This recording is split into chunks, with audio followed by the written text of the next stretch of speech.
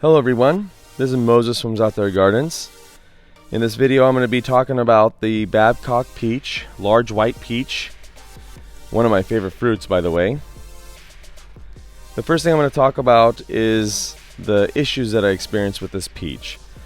Not so much on the insects, it's just the average insects that normally eat any fruit on any tree, like earwigs, and not much else. That's really it. Sometimes you might see black ants crawling up and down this branch. This here is a 4-in-1.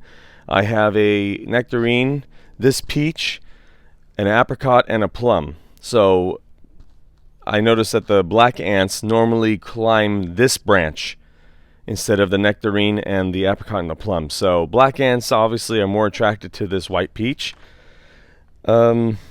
Issues of birds pecking it, but like I said, that's mostly any other fruit as well. The things I like about this is extremely productive. Let me walk over with the tripod here and show you some more. Like as you can see right here, look how much. Extremely productive.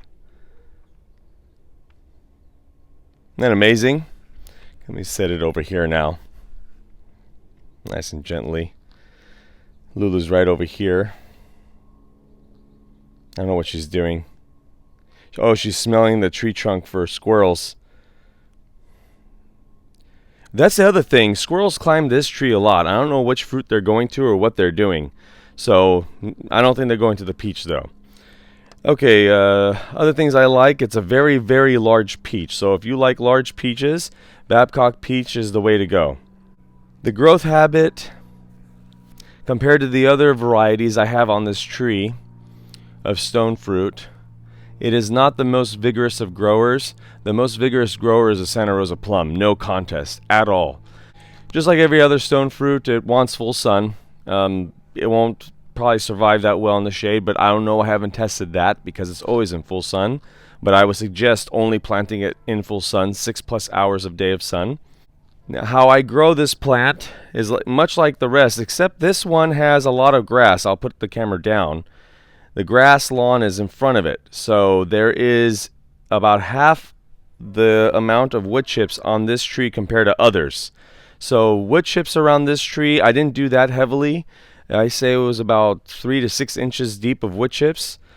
And that's about it right there. I don't really do much. I do foliar feeding probably once a month. When the fruit's on the tree, I don't do as much foliar feeding because I don't want the fruit skin to smell like fish or seaweed. The most interesting thing about this fruit compared to others, and let's say other peaches, is it's extremely large. And I'll do a little close-up now. And this is not even the size that it needs to be yet. So you can see my fist here. It's not even ready yet. It's not even close, and it's almost the size of my fist, like this one up here. So they get really large. Sorry for the dog in the background. I'm not going to stop. I'm going to continue. This is an urban garden after all.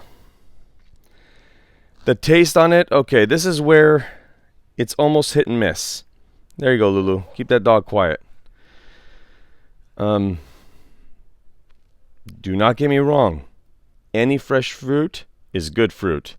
But the taste on this, much like the flat peach or the donut peach right over here, which is another white peach, the white peach, i.e. the Babcock peach and other white peaches, they're more on the sugar side instead of acid. So if you like peaches, but you didn't realize you love yellow peaches have more of an acid undertone. They're still sweet, but they have acid. Babcock, virtually there's no acid. It's just sweet. So if you're not into that, and not many people are. Some of my family members aren't, but you know they're not going to say no to fresh fruit. But they love yellow peaches, and the reason why is the acid undertones. So keep that in mind. Don't purchase this tree or the donut peach, even though a lot of comments have been on this channel about those videos about, wow, how beautiful, how productive, and But once you taste the peach, you're like, uh-oh, I don't like it because it's too sweet. I suggest going to stores this time of year and buying the peaches, white peaches and yellow peaches, see which one you like, and then buy that one. Do not invest your time and energy and money in something that at the end product you don't know what it tastes like. You're going to regret it. All right, everyone. Happy gardening. Okay, like, share, subscribe, and thanks for watching, everyone.